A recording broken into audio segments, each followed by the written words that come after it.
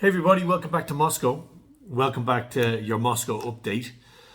And what an exciting time to be here in the Russian capital as preparations continue for this, landmark meeting between Presidents Putin and President Trump in Alaska. So the significance of the first thing, let's talk about the significance of this location. Alaska, of course, used to be Russian territory. Purchased by the US, nearly 2 centuries ago. It's a very important place spiritually as well for many Russians, which is relatively, unknown. Russia and America actually are, at the closest point, they're 2.5 miles, maybe 4 kilometers apart in that area. So it is quite symbolic. There's going to be a second meeting between President Putin and Trump, which will be held on Russian territory, we're told as well. So very interesting, a lot of symbolism in this. And again, I'm going to reiterate my position that there must be a deal or the significant bones of a deal already done. What is that deal? Because these men are going to meet, I believe, to rubber stamp something. So the first element, what does it mean? What do I think? Being here in Russia, being among the Russians, talking to my contacts, what do I think the deal is? Well, here's what I think the deal is. I don't think it's that surprising. It might disappoint you.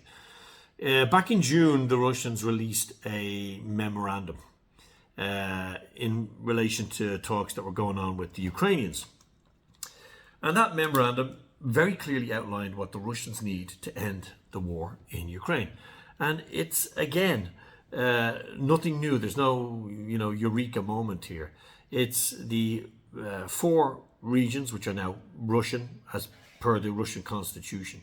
Zaporozhia, Kherson, Donetsk, and Lugansk Oblast, that they would be Russian, recognized as Russian, that Crimea, of course, would be recognized as Russian, and that Ukrainian troops in the parts of these oblasts that they still actually are present in would remove themselves from them, which essentially means retreating back across the Dnieper River. And the new geographic shape of Ukraine would be whatever is east of the Dnieper is Russian, and whatever's west of it remains as part of a smaller Ukraine. That Ukraine would have to be neutral. It wouldn't be in NATO. It would have to significantly limit the size of its military. It would have to guarantee the rights of Russian speakers in Ukraine. It would have to guarantee the rights of the Russian Orthodox Church, the Moscow Patriarch, basically that this very heavily oppressed and brutalized church would be reinstated as a legal entity in Ukraine. And that the Russian language would become an official language in the Ukrainian constitution. Also, very interestingly, and this isn't talked about much, the Russians want an election in Ukraine. Think about it. The Russians are demanding an election.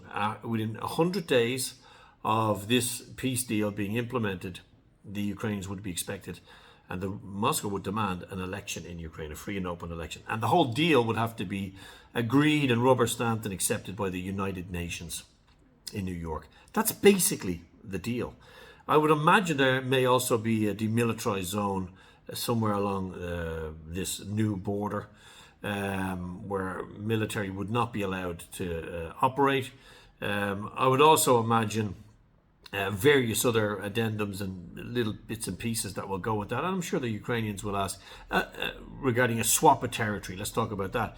So swap of territory, you might remember when exactly a year ago, the Ukrainians embarked on an absolutely catastrophic invasion of Russia. And they never controlled anything more than 0.03% of Russia. It was tiny. They went into Kursk. They were expecting the Russians to divert troops, men, and material from Donbass, the Donetsk region, the east, where they've been advancing for nearly a year and a half, into Kursk. They didn't. The Russians very smartly allowed themselves to sacrifice some territory while they regrouped, knowing that the Ukrainians couldn't do anything. Beyond Kursk is the biggest country on earth. They were never going to achieve anything with this. This was a PR exercise. The Russians were right. They didn't panic. They kept the pressure on in the east, in Donetsk, Donbass, Lugansk, and kept winning there. while the Ukrainians got bogged down in a hellish fight in Kursk, which was utterly defeated.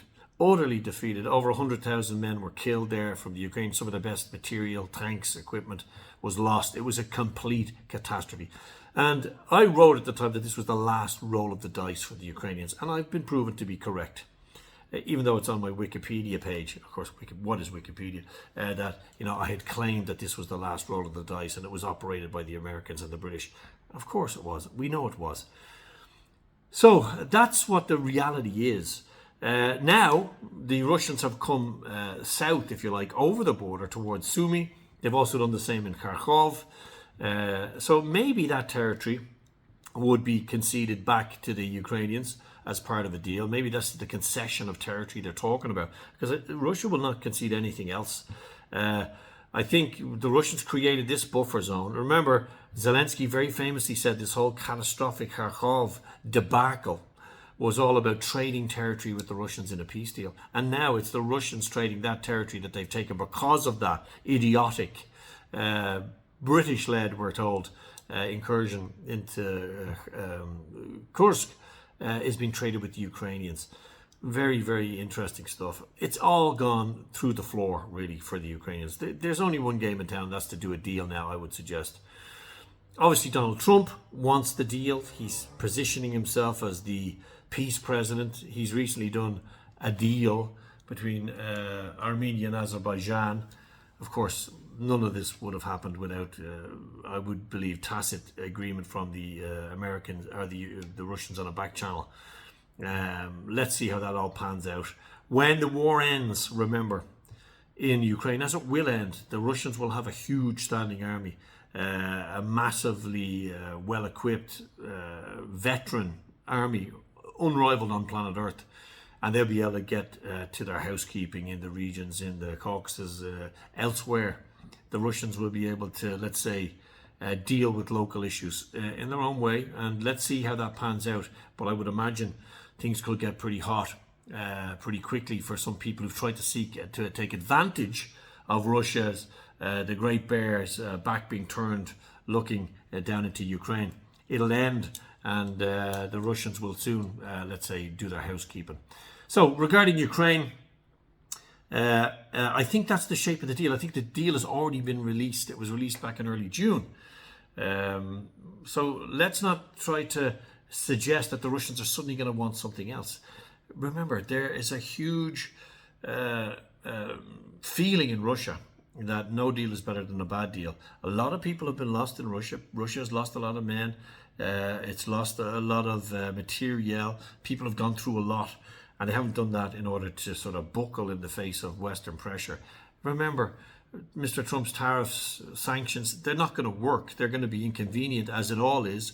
Russia's economy is under pressure, but it's still essentially growing in difficulty, but it's still growing. And the vast majority of Russia's population don't really feel the effects of this war to the extent that they probably should do if Russia was fighting it to the greatest extent of its ability. Like Russia could mobilize 5 million men in 3 months and just swallow up Ukraine completely. But I don't think Vladimir Putin wants to do that. I don't think there's an appetite for it particularly. One issue actually that I think is important to mention before I sign off is Odessa and the importance of Odessa. Many people mention Odessa to me. Odessa is a Russian city. I don't believe that Odessa will be part of this deal. I don't think Odessa will be become under Russian control in this. It's a very emotive thing, Odessa. I think you've got to understand, for most Russians and ethnic Russians in Moldova and elsewhere, that Odessa has a special place in the hearts of the Russian diaspora as a Russian city established by Catherine the Great Russian Empress on the Black Sea. I don't think it's going to be part of a deal. I don't see how it could be. But again, let's see how the regional chessboard looks after a deal. Let's see what the people who return to Ukraine, if they return at all, highly unlikely that hundreds of thousands, millions will not return, remember, how Ukraine survives and how the EU, juggles these balls they put in the air about this rump Ukraine joining European Union with all of its chronic problems now, millions of veterans, chronic violence, chronic crime, chronic corruption. Ukraine is a basket case, and it's not going to get any better. And of course, that basket case is going to land firmly in the lap of Ms. von der Leyen and her friends, who have opened the door to Ukrainian accession into the EU. But let's continue to talk about the deal. That is what I believe the shape of the deal will be. Remember, the 4 oblasts I've just talked about are Russian as far as the Russian constitution is concerned. They are Russian territory now. And there is absolutely no way Vladimir Putin is going to rescind that or go back on that. For this to end in a sort of viable, permanent way, I believe that the Russians will have to get what they want. Not just for the sake of the proclamations that were made and the constitutional reality now for Russia, but also for the Russian people. Remember, the Russian people will demand what is seen essentially as a victory here, would be to, achieve the aim set out in 2022 when Russian troops first crossed the border. Because a lot of sacrifices have been made, no more than they have been in Ukraine. But what have they been made for in Ukraine? This is the difference. They've been made for a fake promise to join NATO, a fake promise to join the EU, which they'll never do either of. The poorest, most vulnerable tranches of society have died for an elite which have made billions of dollars during this war.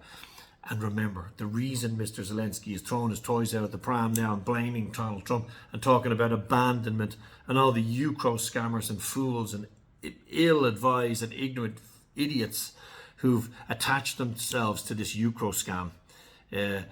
Why they don't want this to end is because the scam will end. With peace will come elections, and with elections comes the very end of Vladimir Zelensky, possibly investigations for corruption and worse. So he knows the only game in town for him is to perpetuate this war. Who else wants that? Of course, the British in London. I've just posted a tweet there about how vociferously and dangerously implicated in the war in Ukraine the British are and have been. Things like Krinky, the operation with the Marines. They've been using Ukraine as a very horrendous lab to trial some of their idiotic military escapades, all of which have collapsed in absolute catastrophe. 1,000 well-trained Ukrainian Marines died under British leadership. The Black Sea debacles. The British know that as a lot of military, political, and collateral invested in Ukraine. When Ukraine signs this deal, as it may have to do, because remember, if America says sign, they're going to have to sign. Because as we've seen with tariffs, the European Union will do exactly as it's told by Donald Trump, and Zelensky will do exactly as he's told by Donald Trump, because the alternative will be to go the way of the South Vietnamese president, I believe. And I've written about that as well, which you can have a look at. So that's what I believe. The 4 oblasts, the 4 regions which are declared as Russian, will become Russian and recognized as such. Limits on the Ukrainian military, limits on Ukrainian society regarding the oppression of Russians, Russian rights, Russian language, recognition of Crimea, and all rubber stamped by the United Nations. That's how it ends, in my view. Whether the Ukrainians accept it, or the British, or the American, or the Europeans do, I don't think is that relevant. It's whether the Americans recognize it, because we know who's in charge of Europe and we know who's in charge of Ukraine. The rest is theatre. It's down to Donald Trump and President Putin now to do a deal. And it's very simplified, I know what I'm saying, but that is basically what I believe will happen. And it's on record now. You guys can come at me next week on Friday and suggest, oh, well, I was wrong. Maybe, of course I could be wrong, but that's what I sincerely believe the case to be. So until later on, or whenever anything else breaks here in Moscow, I'm here. And of course, I'll be here to cover the big meeting in Alaska step by step and keep you guys updated. So until then, take care of yourselves and seek out, objective analysis and views. And anybody who tells you they know exactly what's going to happen is making it up. Okay, they're making it up. They don't know. Nobody knows. Only I would suggest 2 very small groups of people know exactly what's going to happen next Friday and what's going to be discussed and what's already been agreed. Because these men are not meeting to argue with each other in a room. They're meeting to rubber stamp something that's already been agreed, and I'm absolutely sure of that. So till later on, God bless, take care, and thanks for listening. I'll talk to you all soon.